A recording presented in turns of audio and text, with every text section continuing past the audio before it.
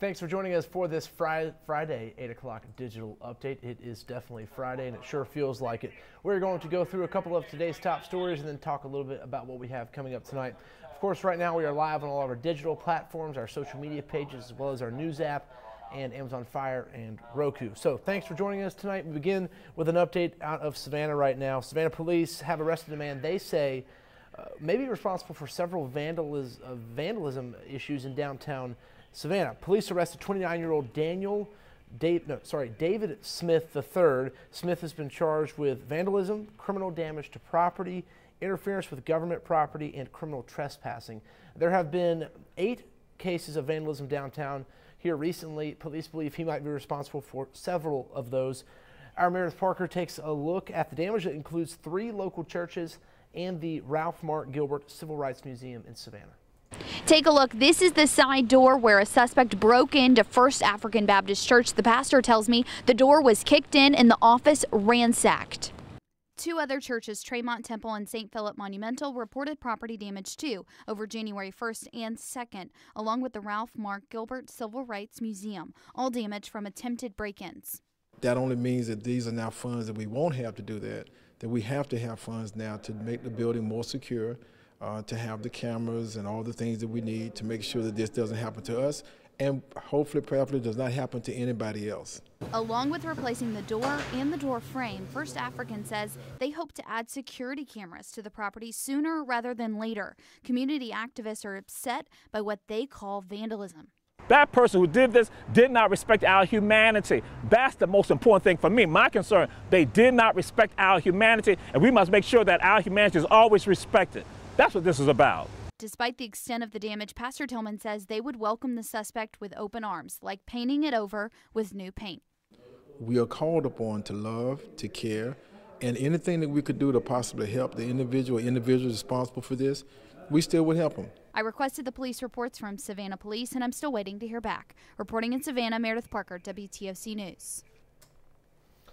All right, we will keep you updated on those cases right there. Another story developing here in Savannah that we are following tonight involves Savannah State University. Their president today, Dr. Cheryl Dozier, announced that she was stepping down. This retirement goes into effect on June 30th.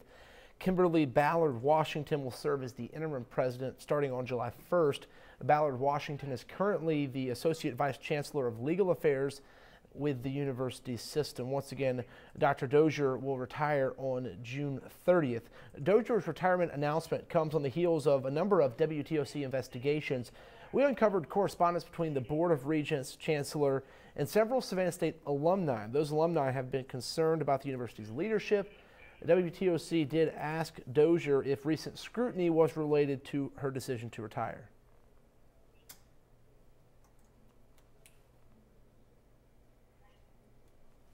Okay, we don't have that soundbite for you right now. We'll come back to that. Dr. Dozier, though, did say she did not feel like that there were any alumni organizations that had scrutinized her, that sure there were some alumni who were upset, but that she had not heard from any organizations that were upset with her leadership. We did speak with some alumni today who feel like she helped the university and leaves the university in a better place than it was when she got here, when she started.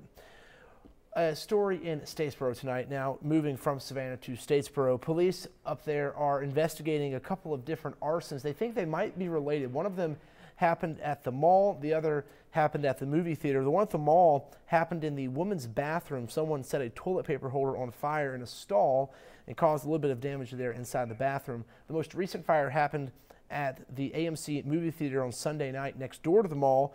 Someone lit a fire inside a trash can inside that theater. An employee was able to get the trash can outside before the theater had any damage. Here's the Statesboro Police Chief. Those two look like they have a lot of similarities. Both of them were small fires in public places. In addition, police say they are investigating a pair of car fires they believe were deliberately set as well.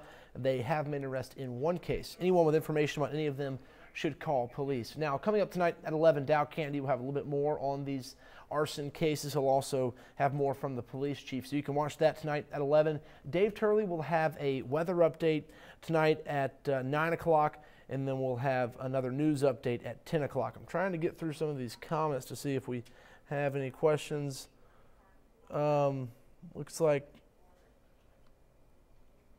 trying to find, like I said, trying to go through some of these comments. Don't see too many right now, but once again, all these news stories and every developing story we follow, you can find the very latest on all of our social media platforms, as well as our digital news platforms and our website. Thank you so much for joining us. I'll see you tonight at 11. Have a great night.